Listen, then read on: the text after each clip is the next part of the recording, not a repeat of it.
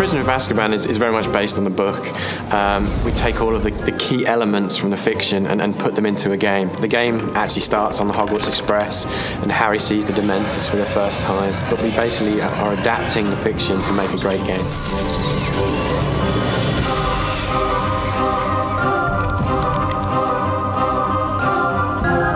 As all three characters, and for a lot of the game you can choose at any point to switch between them. We've also made sure that all the three characters have very different attributes. They all have different spells. They have common spells that they can all use, but they each have their own individual spells, which gives them different strengths. They also have different sort of attributes.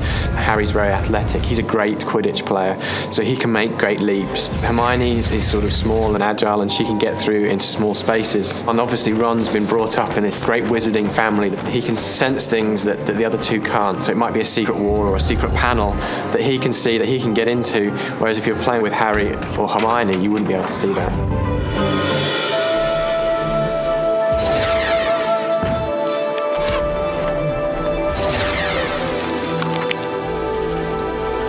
Buckbeak obviously plays a big part in the story. There's an opportunity for you to fly around Hogwarts on Buckbeak. You get taught how to do that through Hagrid, and also there's a mini game, Hippogriff Falconry, where you have to go through and fly Buckbeak to capture bats. The other thing this year as well, which we're really excited about, is you get to control the dragons. Hermione has Draconic spell, where she can transform statues into dragons.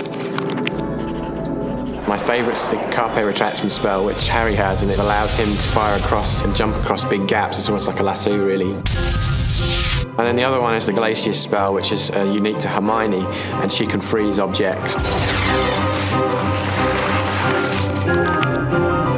They're really sort of these menacing black skeletal creatures that attack Harry. Prisoner of Azkaban is a slightly darker book, and we want to get that feeling in there. The only way to defeat the Dementors is the Expecto Patronum spell. Harry learns this spell, and it's this really white force that actually in the game is something that you can control the movement of, and you can direct it towards the Dementors to defeat them, because they're getting this positive energy which really takes away all of their powers.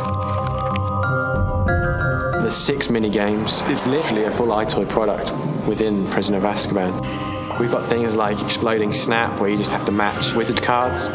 We've got Chocolate Frogs, where we use the microphone, where you have to actually squish the frogs between your hands. We've got Gobstones, where you have to move around and basically sort of smash these crystal balls. There's also a great thing within the iToy, which is a microphone, so you can shout or make noise, and that can affect the game, and that's something we've taken full advantage of.